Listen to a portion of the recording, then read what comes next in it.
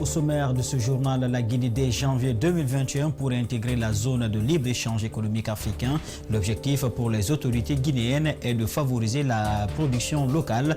Quels sont les avantages de cette intégration? Élément de réponse dans cette édition. Les écumes de la rancœur, c'est le titre du roman du journaliste Yamoussa Sidibé qui relate la complicité des chefs africains d'alors dans la pratique de la traite négrière. Ce week-end, l'auteur a partagé le contenu de son œuvre à Conakry dans un espace de lecture de la place. Ce sont les titres de ce journal. Bonsoir et bienvenue à tous. Nous ouvrons ce journal avec cette brève à travers un communiqué rendu public samedi. L'UFDG et l'Alliance nationale pour l'alternance et la démocratie ANAD invitent les populations du Grand Conakry à observer une journée ville morte le jeudi 3 décembre 2020. Selon l'UFDG et ses alliés, c'est pour exiger le respect de la vérité des urnes, la libération des prisonniers politiques, l'arrêt des expropriations et des persécutions des opérateurs économiques nationaux, pour ne citer que ceux-là. Je vous le disais tout à l'heure dans le sommaire, la Guinée dès janvier 2021 pourrait intégrer la zone de libre-échange économique africain. L'objectif pour les autorités guinéennes est de favoriser la production locale. Quels sont les avantages de cette intégration? Quelles sont les normes à respecter au sein de cette zone? Des éléments de réponse, c'est dans ce reportage de Djibril Ba et Kéron Sadouba. Le développement industriel dans les pays africains est une condition indispensable d'une croissance soutenue et inclusive. L'industrie accroît la productivité en introduisant de nouveaux équipements et de nouvelles techniques. Elle améliore ainsi l'efficacité de la main-d'œuvre et crée de nouveaux emplois. Les décideurs africains ont compris et créé une zone de libre-échange économique, ce qui ne laisse pas indifférents les autorités guinéennes. C'est un gros avantage d'être dans la ZLECA parce qu'aujourd'hui, des pays comme les nôtres, nous pouvons aussi pouvoir exporter et aussi c'est une source d'entrée de devises pour la Guinée. Donc il faut noter que c'est très important. Et au niveau de la balance commerciale, c'est quand même quelque chose qui va être encore plus intéressant. L'intégration de la Guinée dans la ZLECA comporte de nombreux principes que les industriels devront adopter. La célébration donc en différé de la journée industrielle africaine, les 9 et 11 décembre, est une occasion pour le département de l'industrie d'explorer la faisabilité d'une telle initiative. Et quand on sent qu'il y a la concurrence, c'est à l'avantage du consommateur. Donc le prix sera impacté forcément et ça va aider aussi à ce qu'on rehausse le niveau de nos industries, notamment, ou de nos industries en termes de qualité, de normes, d'infrastructures. La Guinée veut s'affirmer à travers ses ressources, notamment la bauxite.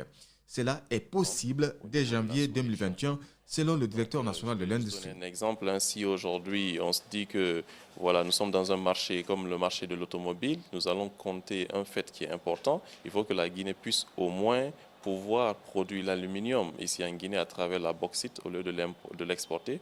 Nous allons peut-être avoir une unité qui va carrément extraire l'alumine. L'histoire de la zone de libre-échange économique débute en janvier 2012. C'est une idée qui a motivé les chefs d'État africains réunis lors de la 18e session de l'Union africaine. Le processus de négociation est lancé en juin 2015.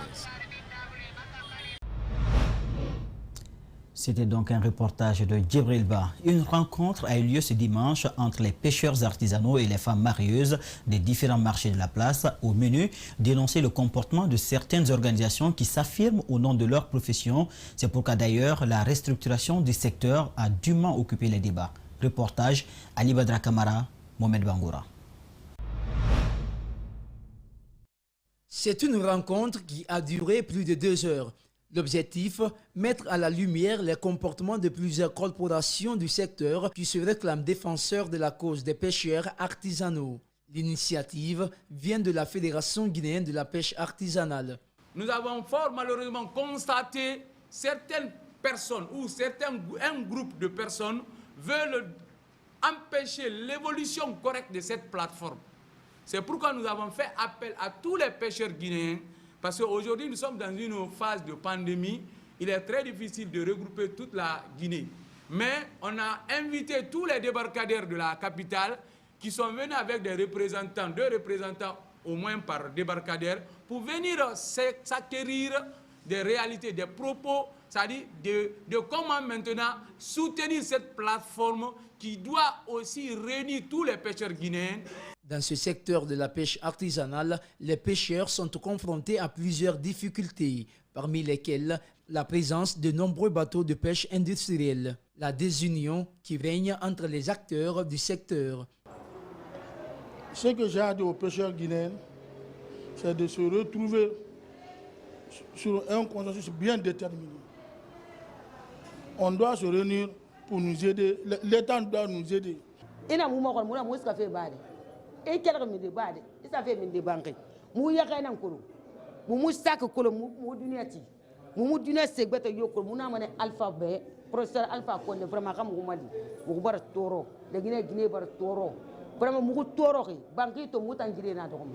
rencontre a connu la mobilisation des femmes marieuses qui s'inquiètent de l'abandon du secteur de la pêche artisanale. Toutefois, elles sollicitent la conjugaison des uns et des autres.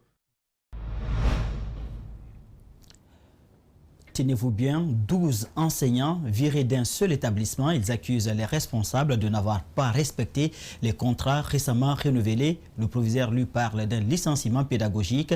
Le SNE a pris le dossier en main. Mamadou Sadio Baldé et Aliouba pour des explications. Ils sont 12 professeurs à avoir été renvoyés par l'administration de l'école Cheikh Abdoul Kaba. Selon eux, aucune raison ne justifie la décision. Bien sûr que le fondateur a été appelé, il a jeté la responsabilité sur le proviseur. Le proviseur, lui aussi, à son tour, quand on le demande, il dit que c'est le fondateur, vice-versa. Ces professeurs disent avoir passé entre 5 et 10 ans au service de la dite école. Leur contrat de l'année scolaire 2019-2020 a été récemment renouvelé, c'est du moins ce qu'affirme Moussa Kamara. Chaque contrat prend fin à partir de la fin de l'année scolaire. Et la nouvelle année, on renouvelle. Ils nous ont demandé de renouveler le contrat. On a renouvelé, on les a déposés et ils ont confirmé l'ancien emploi de temps que ce qui sera maintenu. Ces enseignants sont affiliés au syndicat national de l'éducation SNE. Cette structure confirme les informations après des démarches auprès des responsables de l'école. Et lorsque nous avons rencontré le proviseur, il nous a expliqué que le départ massif du groupe scolaire Cheikh Abdoul Kaba n'est qu'une routine chez eux. Ils ont l'habitude de le faire. Ils ne gardent jamais une équipe. Pourtant, il m'a confirmé que son école a toujours effectué les 80 à 90% d'admission. J'ai dit, mais pourquoi changer une équipe qui gagne? Amara Oulare, proviseur de l'école, dit avoir résilié le contrat des 12 enseignants pour des raisons pédagogiques. Effectivement, c'est des procès qui ont duré avec moi. Moi, j'ai résilié le contrat. Parce que tout ce que nous avons mis en place, on n'a rien trouvé. Et on a fait une auto-inspection, on a retrouvé que vraiment qu'ils n'arrivent pas à répondre à tous ces pétés. Sur le sujet, le SNE affirme avoir informé l'USTG, leur centrale syndicale. L'avocat de la structure s'est aussi saisi du dossier. Dans les jours à venir, une lettre va être adressée à l'inspection générale du travail afin que justice soit rendue aux ayants droit.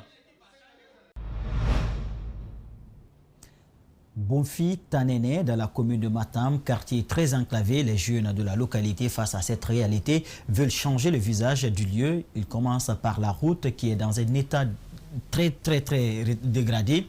C'est un reportage donc de Marissa Kamara et de Mohamed Bangoura. À première vue, une route complètement délabrée. Les jeunes du quartier Bonfi Tanene ne veulent pas rester bras croisés face à cette situation. Une forte cohésion les caractérise pour arranger cette route.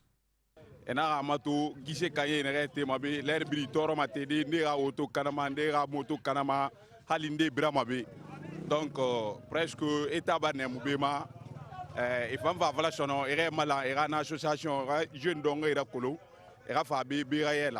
Cette initiative n'est pas une première de la part des jeunes de cette localité.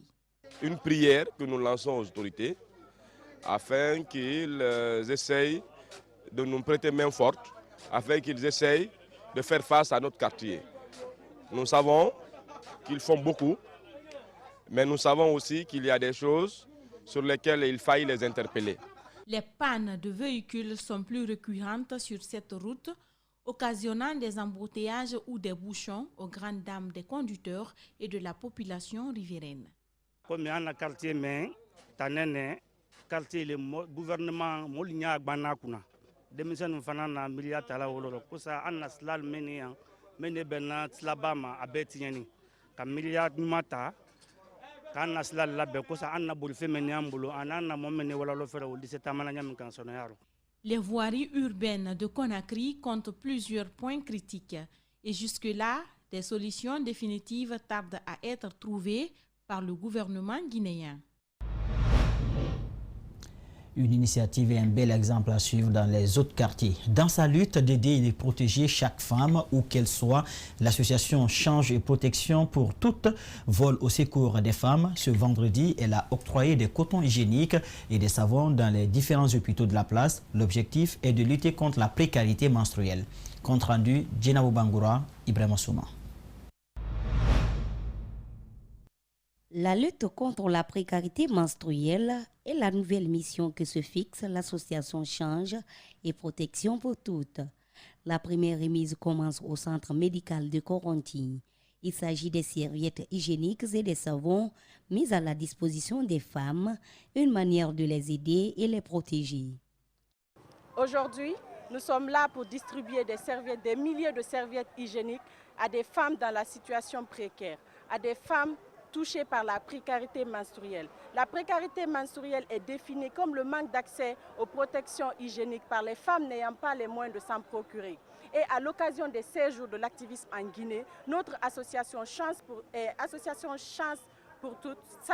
et Protection pour toutes, on s'est réunis pour faire ce partage. Les médecins de cette structure sanitaire sont satisfaits du choix porté sur leur centre et promettent un partage judicieux.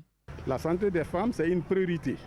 Et ça y va dans l'amélioration des qualités de soins, dans la réduction de la mortalité maternelle, qui est un défi majeur à relever. Alors, dans ce sens, nous sommes très contents pour la réception de ce don. Je pense que ça serait judicieusement utilisé et ça ira tout droit aux bénéficiaires. Après Kaloum, direction au centre Sogui, où des aveugles et malvoyants de Ratouma et autres personnes vulnérables sont dans le besoin. C'est venu au bon moment pour moi et j'ai gagné 3 paquets aussi. Merci vraiment. Je remercie l'association au nom de toutes les jeunes filles de la Cité de Solidarité. La direction communale de la santé de Ratouma, le collège Kipé et Matoto ont été l'étape finale de cette première journée. Cette initiative de l'association Change et Protection pour toutes s'étendra dans les jours à venir dans d'autres endroits du pays. Il est l'un des romans dans le paysage littéraire guinéen. Il s'agit des Écumes de la rancœur de l'écrivain journaliste guinéen Yamoussa Sidibé, un livre révélateur et d'actualité qui retrace la complicité des chefs africains d'alors dans la pratique de la traite négrière, une complicité pour la protection des intérêts qui leur étaient favorables. La présentation du roman s'est effectuée ce samedi à Conakry dans un espace de lecture de la place. Justin Leno, Abdoulaye Kamara.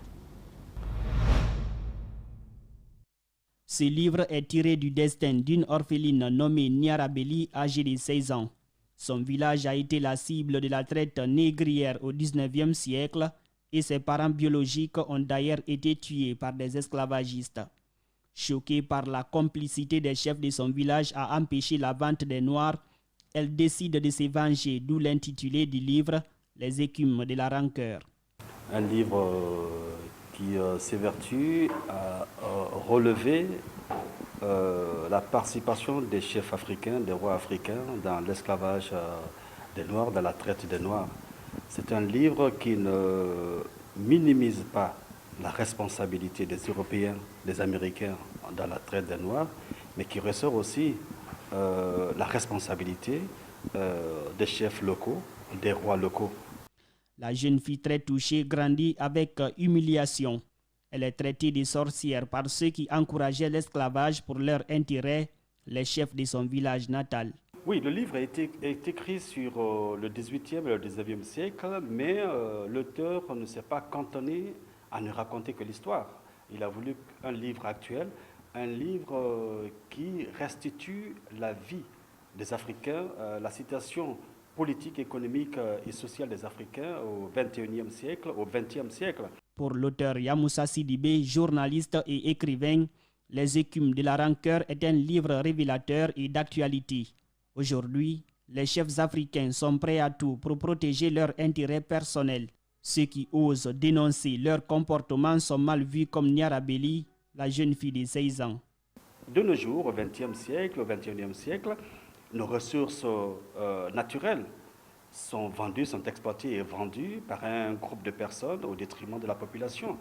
La communauté nationale, la communauté africaine participe très peu ou bénéficie très peu de l'avoir tiré de l'exploitation des fabuleuses richesses minières et agricoles. Les écumes de la rancœur est le 3e livre de l'écrivain et journaliste guinéen Yamoussa Sidibé. Nous restons toujours dans le monde littéraire. L'Association des journalistes littéraires de Guinée a procédé ce samedi à la remise d'un important lot de livres à la fondatrice du Petit Café littéraire, un espace de lecture situé au quartier Nongo dans la commune de Ratoma. L'objectif que se sont fixés ces hommes de médias spécialistes de la littérature est de promouvoir le livre en le distribuant dans tous les lieux de lecture à travers la capitale. Reportage Justin Lenon, Abdoulaye Kamara. Le journaliste est un historien du présent qui retrace les faits avec sa plume. Les lettres ne doivent donc pas l'échapper pour atteindre son objectif, celui d'informer le public. D'où l'engagement de ces hommes de médias spécialisés dans le journalisme littéraire. L'Association des journalistes littéraires de Guinée, créée depuis le 2019, a pour vocation première la dotation des espaces en livres. C'est-à-dire qu'est-ce qu'il faut pour équiper l'ensemble des écoles, l'ensemble des universités, bref, des espaces où des uns et des autres peuvent venir lire, consacrer une partie de leur temps à la lecture. Ce samedi, c'est un important lot de livres que ces journalistes littéraires ont offert à la directrice du Petit Café littéraire, un autre espace de retrouvailles consacré à la lecture. C'est dans ce cadre qu'après avoir visité cet endroit qui est tout près de chez moi, je me suis dit en concertation avec mes amis qu'il faut forcément venir en appui à cette dame. Parce que voir une dame prendre tout son temps à œuvrer pour le livre est pour nous encourageant. Mabinti Souma salue le geste de l'Association des journalistes littéraires de Guinée. Elle s'engage pour la promotion du livre en Guinée. Je suis très émue et je remercie l'Association des journalistes littéraires de Guinée. C'est un très bon soutien de ma part parce qu'au début, ça n'a pas été vraiment facile. J'ai mené beaucoup de combats pour pouvoir ouvrir cet espace. J'ai vu plusieurs personnes, ça n'a pas marché, mais je me suis dit, je vais commencer. Et pour la première fois, quand Boukari m'a découvert, il m'a dit tout de suite que c'est une très bonne idée. Ça a commencé déjà à m'encourager. Et recevoir ces livres, je ne ferai que remercier l'association. Je suis très émue parce qu'actuellement, je ne pourrais pas m'en acheter pour remplir tout ce rayon que vous voyez derrière. Vous voyez qu'il y a un vide. L'Association des journalistes littéraires de Guinée est aussi un espace d'échange pour parler d'éducation mais aussi de liberté de la presse. Ses membres ont des ambitions, celle de donner une place de choix au journalisme littéraire en Guinée et dans le concert des nations.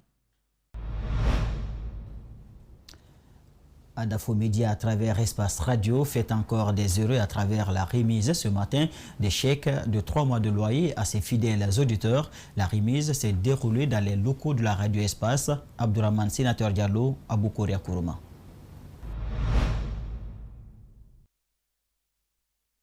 Après la promo vendredi 13, 4 auditeurs ont aussi reçu des chèques qui varient entre 900 et 1 500 000 francs guinéens pour 3 mois de loyer offerts par le PDG du groupe Adafo Média. Baldé Mamadou Madiou, un des heureux gagnants de cette campagne, bénéficie d'un chèque de 900 000 francs guinéens à raison de 300 000 francs par mois. Et compte tenu des réalités que nous vivons, cela représente un plus important pour moi et pour ma famille. Ousmane Bangoura reçoit le même montant que son prédécesseur. Il remercie le groupe Adafo Média pour ce geste. Grâce à Lamine et ses collaborateurs de la Radio Espace et tous les groupes de Adafo Média, Ça me fait plaisir aujourd'hui d'avoir des chèques de 900 000 francs. Les montants des chèques varient en fonction du prix du loyer de l'auditeur. Rachid Conté est un auditeur de Bokeh et reçoit 1 500 000 francs guinéens au compte de la campagne 3 mois de loyer. J'étais très très content. Pendant 3 mois, Pongono Etienne Sakoso n'aura pas de peine pour payer son loyer. Il reçoit aussi 1 500 000 francs guinéens avec Radio Espace. Avec Alassane Chako, j'écoute souvent Espace TV, Espace FM. Et Espace TV, le matin, avec Bad et son équipe, j'écoute et je suis très très ravi de Espace FM. Le coordinateur général des émissions, Ibrahima Prince Diallo, remercie les auditeurs pour leur fidélité renouvelée au programme de la plus lionne des radios et de la télé d'une autre planète. Pour nous, c'est rien. Tout ce que nous faisons pour ces auditeurs, c'est plus qu'insuffisant. Nous devons faire beaucoup plus que ça, parce que sans ces auditeurs, on n'existerait pas aujourd'hui. La saison 13 d'Espace rime avec joie. D'autres surprises arrivent dans les jours à venir, comme dit le slogan Adafo Média, le futur, vivons-le ensemble. Ailleurs dans le monde, du mobilier urbain est incendié sur le parcours de la manifestation parisienne contre la proposition de loi sécurité globale et les violences policières. Djibril Ba commente les images de nos confrères de l'AFP. Des tensions ont éclaté à Paris lors de la manifestation contre la proposition de loi sécurité globale samedi 28 novembre. Des manifestants ont dressé quelques barricades face aux forces de l'ordre et jeté des projectiles en marche du cortège, alors qu'ailleurs dans le rassemblement, la situation demeurait très calme. Des manifestants habillés en noir ont renversé une camionnette et utilisé des grilles de chantier pour faire des barricades. Des projectiles ont également été jetés sur les forces de l'ordre selon l'AFP. À proximité, plusieurs éléments de mobilier urbain étaient en feu, provoquant une odeur âcre. Certains manifestants se sont munis des pavés et recevaient des encouragements d'autres personnes chantant le slogan « Tout le monde déteste la police ». Les policiers ont répliqué avec des tirs de gaz lacrymogènes.